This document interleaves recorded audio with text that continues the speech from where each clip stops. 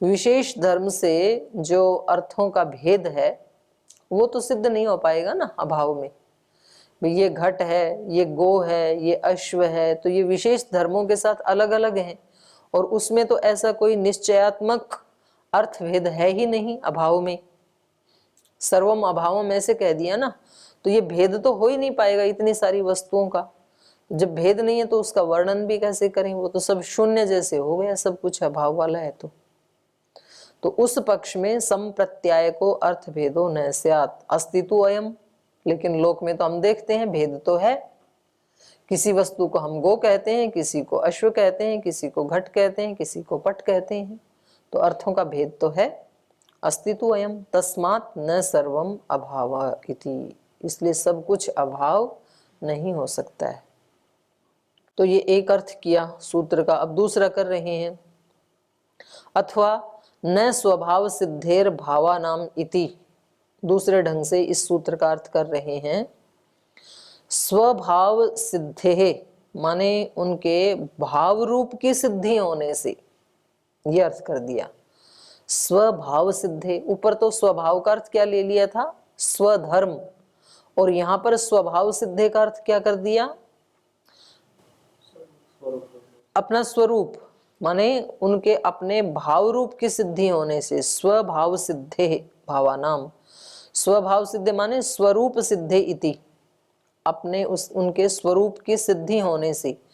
गौ इति प्रयुज्यमाने शब्दे जाति विशिष्टम द्रव्यम गृह्यते न अभाव मात्रम।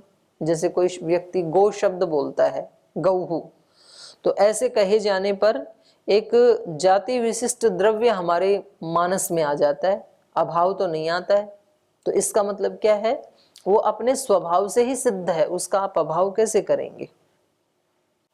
गौ इति प्रयुज्यमाने शब्दे जाति विशिष्टम द्रव्यम गृह्यते न अभाव मात्रम यदि च सर्वम अभावः, यदि सब कुछ अभाव है तो गौ इति अभावः प्रतीयेत। ये प्रतीयते की जगह ना एक ही मात्रा ये पे लगा लीजिए और ते से हटा दीजिए। यदि सब कुछ अभाव होवे तो गौ इति अभाव प्रतीयेत, तो गौ कहते ही अभाव की प्रतीति होनी चाहिए। गो शब्देन च अभाव उच्चेत, क्योंकि गो शब्द के द्वारा अभाव ही कहा जाना चाहिए। जब सब कुछ अभाव है तो अभाव ही तो कहा जाना चाहिए और अभाव की ही प्रतीति होनी चाहिए। लेकिन यस्मात् तो गो शब्द प्रयोगे द्रव्य विशेष प्रतीयते न अभाव तस्मात् अयुक्तम इति। लेकिन हम देखते हैं लोक में गो शब्द का प्रयोग किए जाने पर द्रव्य विशेष की प्रतीति होती है, न कि अभाव की। तस्माद अयुक्तम इति, इसलिए आपका ये कथन युक्त नहीं है, सर्वम अभाव इति। अथवा या फिर तीसरे ढंग से सूत्र की व्याख्या कर रहे हैं, न स्वभाव सिद्धे रीति। तो यहां न को इसके साथ ही लगा दिया। पहले जो दो थे उसमें न अलग है, न यहां पर अल्प विराम था, अब यहां पर इसके साथ लगा रहे हैं, न स्वभाव सिद्धे। बोले आप जो अर्थ कर रहे हैं इसका कैसे कर रहे हैं, असन गौहु अश्वात्मना इति, ऐसे अर्थ कर रहे हैं आप। जो गौ है वो अश्व न होते हुए अनश्व गौ है, तो बोले आप गवात्मना कस्मान न उच्यते, गौ न होते हुए गौ का अभाव है, ऐसे क्यों नहीं कहते हो। अश्व का ही अभाव क्यों दिखा रहे हो, इसका मतलब गौ का भाव तो आप मानते हो, गाय को तो मान ही दिया आपने। तो कहा आप गवात्मना कस्मान न उच्यते, अवचनात् गवात्मना गौ अस्ति इति स्वभाव सिद्धि ही। आप नहीं बोल रहे हैं तो आपके अवचनात् न बोले जाने से, बिना कहे ये सिद्ध हो रहा है कि गवात्मना गौ अस्ति इति, गाय के रूप में तो गाय है, ये आप भी मानते हैं, इति स्वभाव सिद्धि ही। तो इसका मतलब वो अपने स्वभाव से सिद्ध ही है, तो उसको फिर आप कैसे अभाव कहेंगे। ऐसे ही अनश्व अश्व इति वा गौ अगौ इति वा कस्मान न उच्यते, ऐसे अश्व के बारे में अश्व अनश्व है इसलिए अश्व नहीं, ऐसा क्यों नहीं बोलते हैं आप? अश्व में आप अश्वत्व का अभाव क्यों नहीं दिखा रहे हैं? गोत्व का अभाव ही क्यों दिखा रहे हैं? और गोत्व में आप गोत्व का अभाव क्यों नहीं दिखा रहे हैं? अश्वत्व का अभाव ही क्यों दिखा रहे हैं? तो इससे स्पष्ट है कि आप भी अलग अलग गो और अश्व को तो स्वीकार करते हैं। अवचनात् स्वेन रूपेण विद्यमानता द्रव्यस्य इति विज्ञायते। तो आप क्योंकि ऐसा नहीं कह रहे हैं तो आपके अवचनात् ऐसे न कहे जाने से स्वेन रूपेण विद्यमानता द्रव्यस्य, द्रव्य की अपने स्वरूप से अपने निज रूप से तो विद्यमानता है, ऐसा विज्ञायते, ऐसे आप भी जानते हैं। अव्यतिरेक प्रतिषेधे च भावानाम संयोगादि संबंधो व्यतिरेको अत्र अव्यतिरेको अभेदाख्य संबंध प्रतिषेधे सदा असत प्रत्यय समानाधिकरण्यम यथा न संति कुंडे बदराणी इति। इसी का ही नीचे अर्थ कर रहे हैं, ये कह रहे हैं असत गौ, पहले इसका कर लेते हैं। अव्यतिरेक प्रतिषेधे च भावानाम, अव्यतिरेक माने अभेद, व्यतिरेक माने भेद, अव्यतिरेक अभेद। अव्यतिरेक प्रतिषेधे माने अभेद का प्रतिषेध, अभेद का प्रतिषेध मतलब भेद है, भेद का स्वीकार करना। अव्यतिरेक प्रतिषेधे च भावानाम, भावों के अभेद का प्रतिषेध मानना, ये क्या है?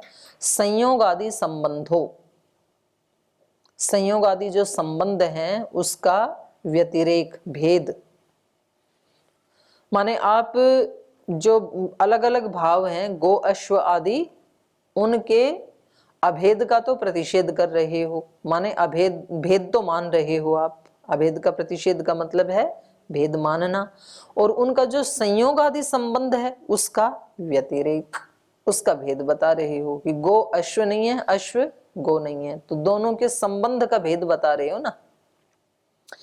अत्र अव्यतिरेको अभेदाख्य संबंध, तो बोले यहां पर आप क्या कर रहे हो?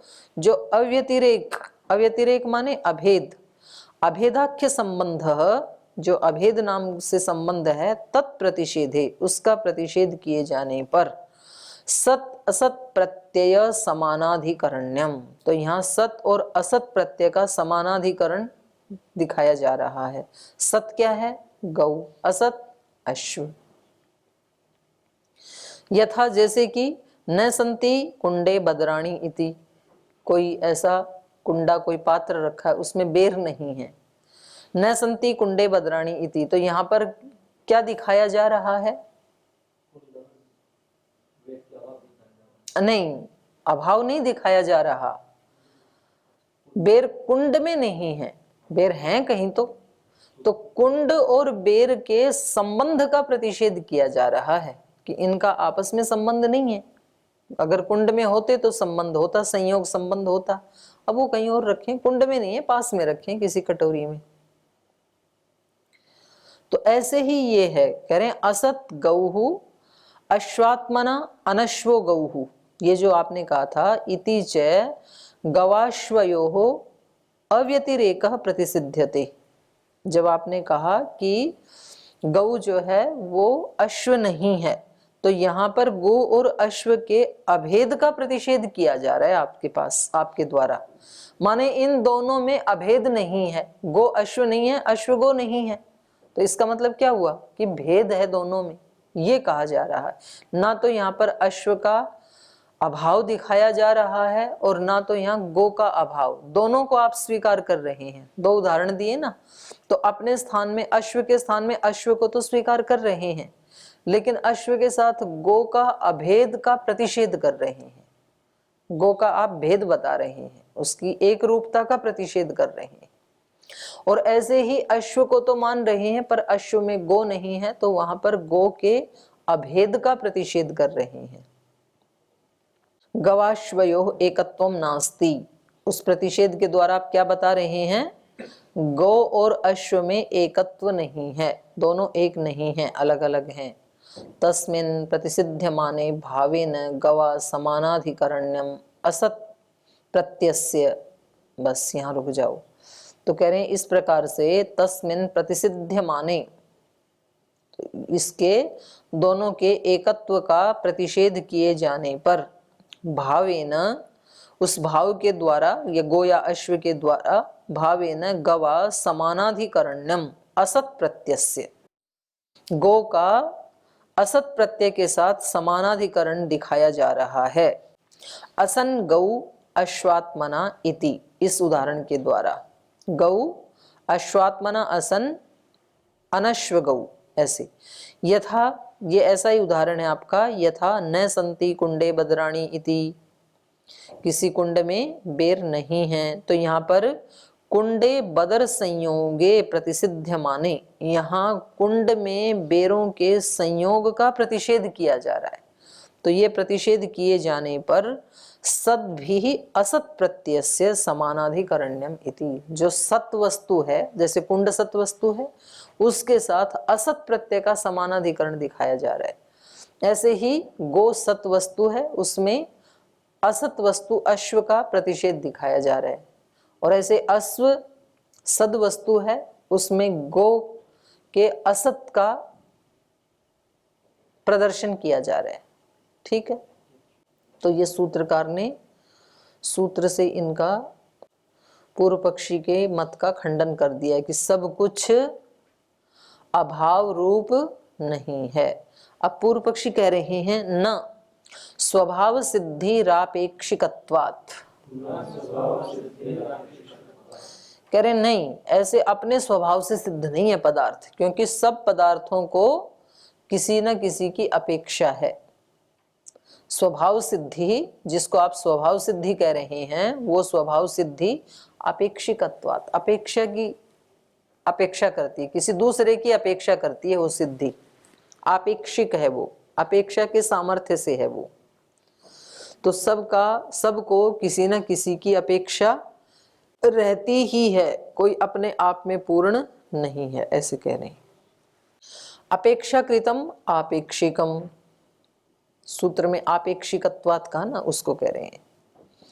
ह्रस्वापेक्षाकृतम दीर्घम, दीर्घापेक्षाकृतम ह्रस्वम, न स्वेन आत्मना अवस्थितम किंचित, जैसे ह्रस्व की अपेक्षा से दीर्घ होता है, दीर्घ की अपेक्षा से ह्रस्व होता है, तो ऐसे कह रहे हैं अपने आत्मा में अवस्थित कोई भी वस्तु नहीं है।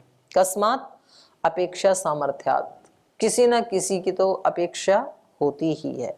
तस्मात् न स्वभाव सिद्धिर भावानाम इति, इसलिए अपने स्वभाव से भावों की सिद्धि नहीं हो सकती है। इसका उत्तर दे रहे हैं व्याहतत्वाद अयुक्तम।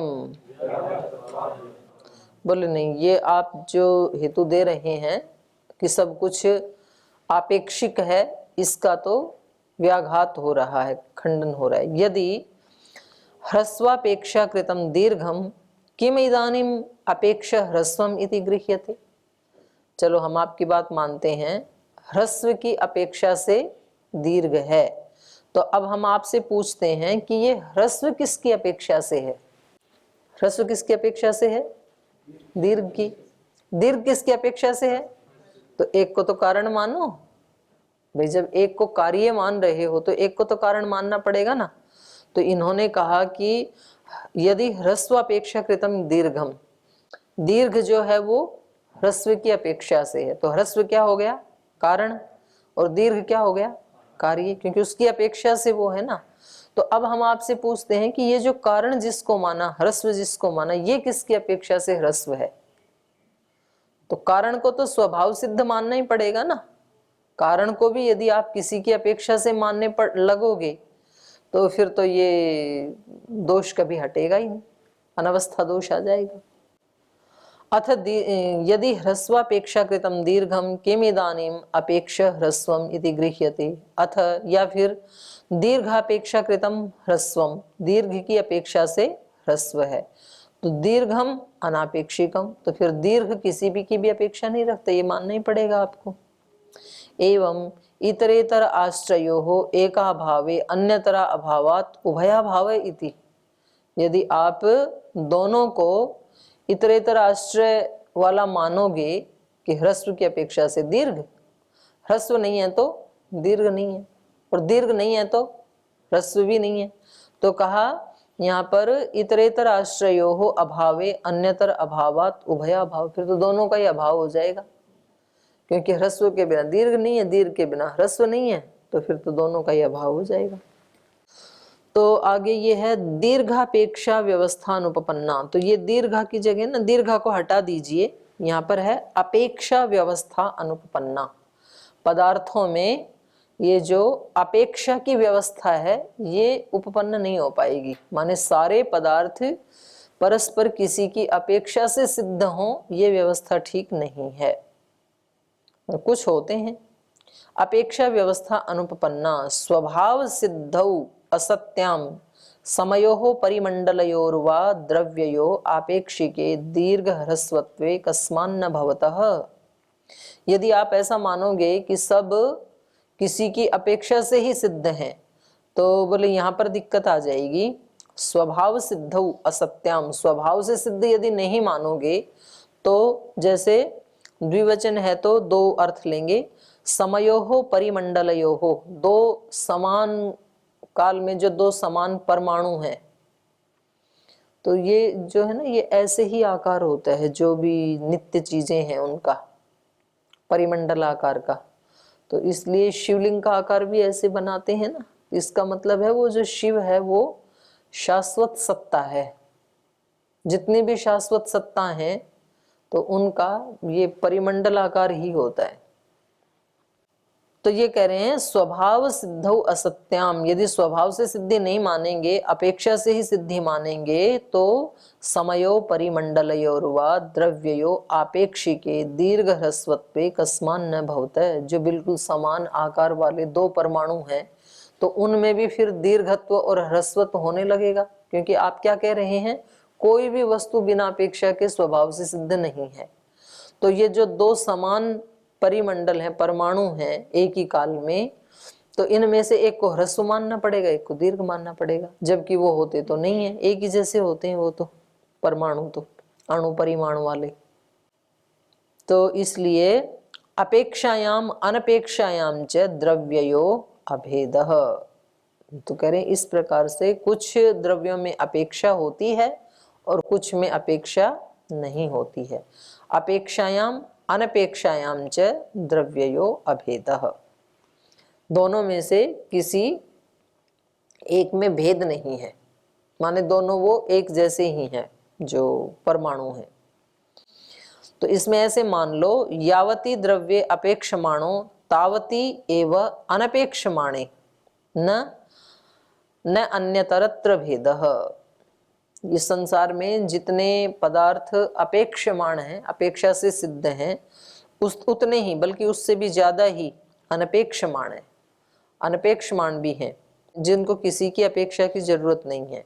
न अन्यतरत्र भेदः, तो इसमें परस्पर कोई ऐसा भेद नहीं है। यावती द्रव्ये अपेक्षमाणे तावती एव अनपेक्षमाणे न अन्यतरत्र भेदः। माने अपेक्षा हो या अपेक्षा ना हो, लेकिन दो द्रव्यों का भेद नहीं है, एक ही जैसे हैं वो जो परमाणु हैं। आपेक्षिकत्वे तु सति अन्यतरत्व विशेषोपजन स्यात् इति। बोले आप यदि आपेक्षिकत्व को मानोगे तब तो अन्यतरत्र दोनों में से किसी एक में विशेषोपजन स्यात्, कुछ विशेषता होने ही लगेगी, एक या तो ह्रस्व होगा या तो एक दीर्घ होगा। अपेक्षा से मानोगे तो कुछ ना कुछ तो उसमें विशेषता की उत्पत्ति होगी ही। किम अपेक्षा सामर्थ्यमिति चेत, तो बोले यदि अपेक्षा का कोई रोल ही नहीं है तो फिर ये अपेक्षा मानी क्यों जाती है, ह्रस्व दीर्घ आदि, इसकी सामर्थ्य क्या है फिर अपेक्षा की, इसका बनेगा क्या अपेक्षा का। तो कहा नहीं, वो भी सार्थक है, कुछ पदार्थों में उसकी आवश्यकता है तो उसके सामर्थ्य का वहां सदुपयोग होगा। पूर्व पक्षी ने पूछा ये किम अपेक्षा सामर्थ्यमिति चेत, ऐसा यदि पूर्व पक्षी पूछे कि फिर अपेक्षा का क्या सामर्थ्य है, तो उसका उत्तर दे रहे हैं द्वयोर ग्रहणे अतिशय ग्रहणोपपत्ति ही। जब दो वस्तुओं का ग्रहण कर रहे हो हम और उनमें एक में कहीं अतिशयता की उपपत्ति हो रही हो, उत्कर्ष की उपपत्ति हो रही हो, विशेषता की उपपत्ति हो रही हो, तो वहां अपेक्षा सामर्थ्य वाली हो जाएगी। द्वे द्रव्ये पश्यन् पश्यन् एकत्र विद्यमानम अतिशयम गृह्णाति तद्दीर्घम इति व्यवस्यति, यच्च हीनम गृह्णाति तद ह्रस्वम इति व्यवस्यति। बोले दो पदार्थों को जब भी व्यक्ति देख रहा है तो एक जगह जो विद्यमान है अतिशयम, मानो वो थोड़ा बड़ा है, कोई एक पदार्थ अतिशय का ग्रहण कर रहा है, अतिशयम गृह्णाति तद दीर्घम इति व्यवस्यति, तो उसको ये दीर्घ है ऐसा निश्चय कर लेगा। यच्च हीनम गृह्णाति, और दूसरे पदार्थ को उससे हीन यदि देखता है, ग्रहण करता है, तद ह्रस्वम इति व्यवस्यति, तो ये ह्रस्व है ऐसा निश्चय कर लेगा। तो अपेक्षा भी व्यर्थ नहीं जाएगी, कुछ पदार्थों में उसकी आवश्यकता है तो वह उसकी सार्थकता सिद्ध हो जाएगी। एतच्च उपेक्षा सामर्थ्यम इति, तो यही उपेक्षा की सामर्थ्य है कि जहाँ बड़ा दिखेगा, उत्कर्ष दिखेगा, उसको दीर्घ बोल देंगे, जहाँ कुछ हीन दिखेगा उसको ह्रस्व बोल देंगे। इति चतुर्भि सूत्रैः सर्वशून्यता निराकरण प्रकरणम, तो यहाँ पर इन 4 सूत्रों में इस सर्व शून्यता का निराकरण कर दिया है। तो ये 7 प्रवाद हो गए अभी तक। अब आगे 8वें में ये ले रहे हैं, एक ही मत में 3-4 प्रवाद ले रहे हैं। अथ इमे संख्यैकांताः, बोले ये कुछ संख्या से संबंधित एकांत हैं, पक्ष हैं, संख्या से रिलेटेड। सर्वम एकम सत अविशेषात, ये एक पक्ष है। सर्वम एकम, जो कुछ भी है ना संसार में वो एक ही है। क्यों? सत अविशेषात, सत के अलावा और कुछ है ही नहीं, कुछ विशेष है ही नहीं सत के अलावा, माने ब्रह्म ही है सब कुछ। एक दृष्टि से कहें तो जिसको वेदांत मत कहा जाता है आजकल। फिर दूसरा मत है सर्वम द्वेधा, सब कुछ जो है वो 2 प्रकार को लिए हुए हैं, जितने भी पदार्थ हैं। क्या क्या? नित्य अनित्य भेदात, जितना भी ये जगत है ये 2 में विभक्त है, नित्य और अनित्य में। एक कुछ नित्य चीजें हैं, कुछ अनित्य हैं, बस 2 ही भेद है। फिर तीसरे कह रहे हैं सर्वम त्रेधा, सब कुछ 3 में सिमट जाता है, त्रित्व।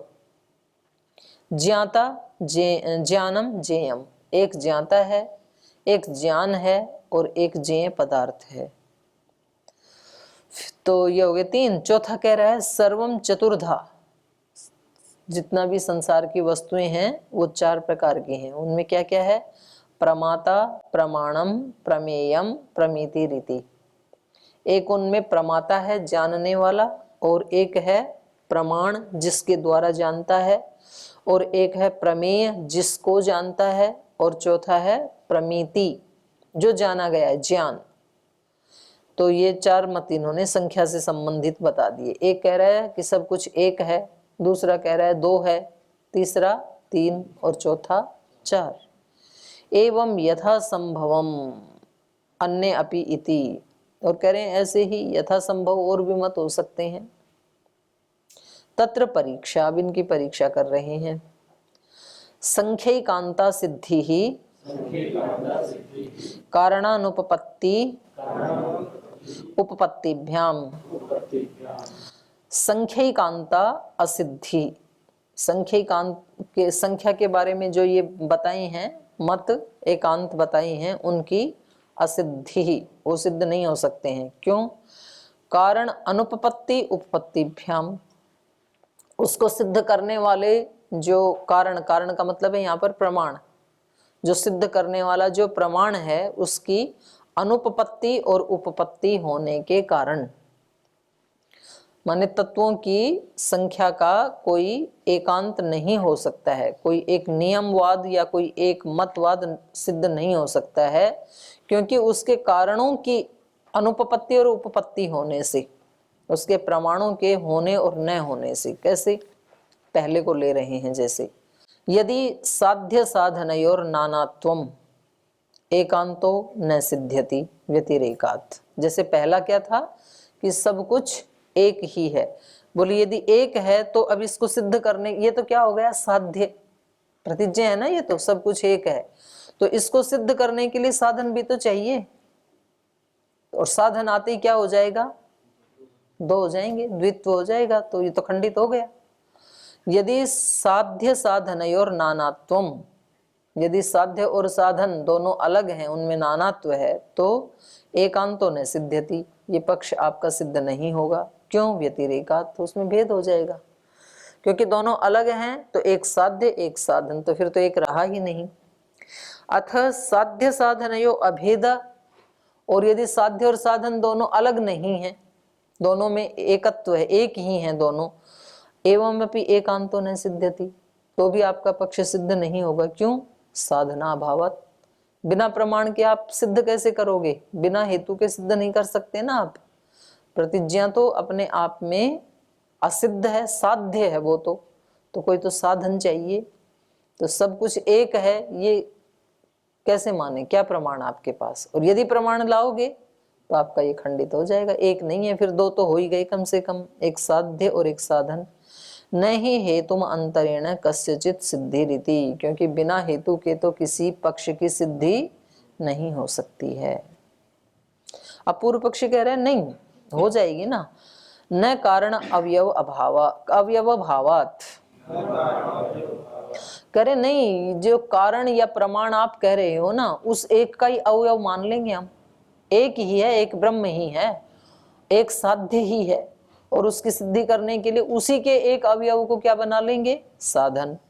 न संख्यैकान्तानाम असिद्धि कस्मात् कारणस्य अवयव भावात्, कारण माने हेतु जो है वो इसी का अवयव होने से। अवयव कश्चित साधन भूत इति अव्यतिरेकः, बोले कोई कश्चित अवयव है, कोई एक अवयव साधन भूत है, इसका साधन बन जाएगा, इति अव्यतिरेक, तो अभेदी रहेगा।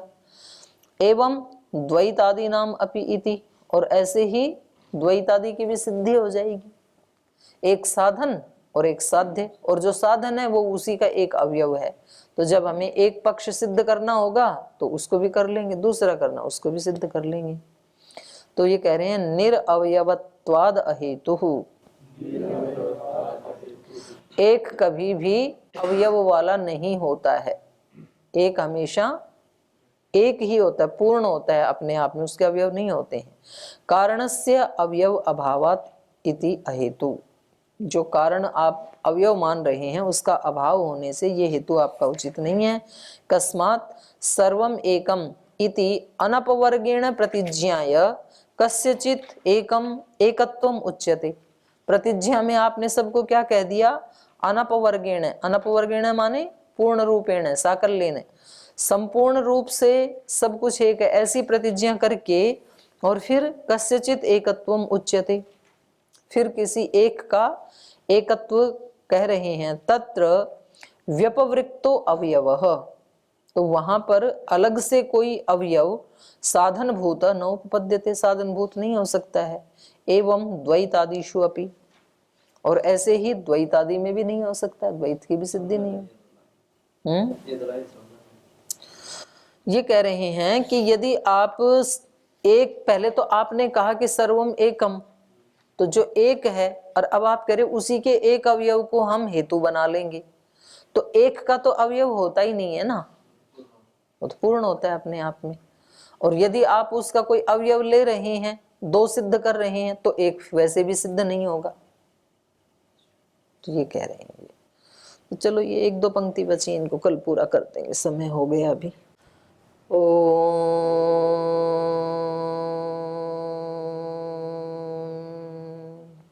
शांति शांति शांति। श्री गुरुभ्यो नमः।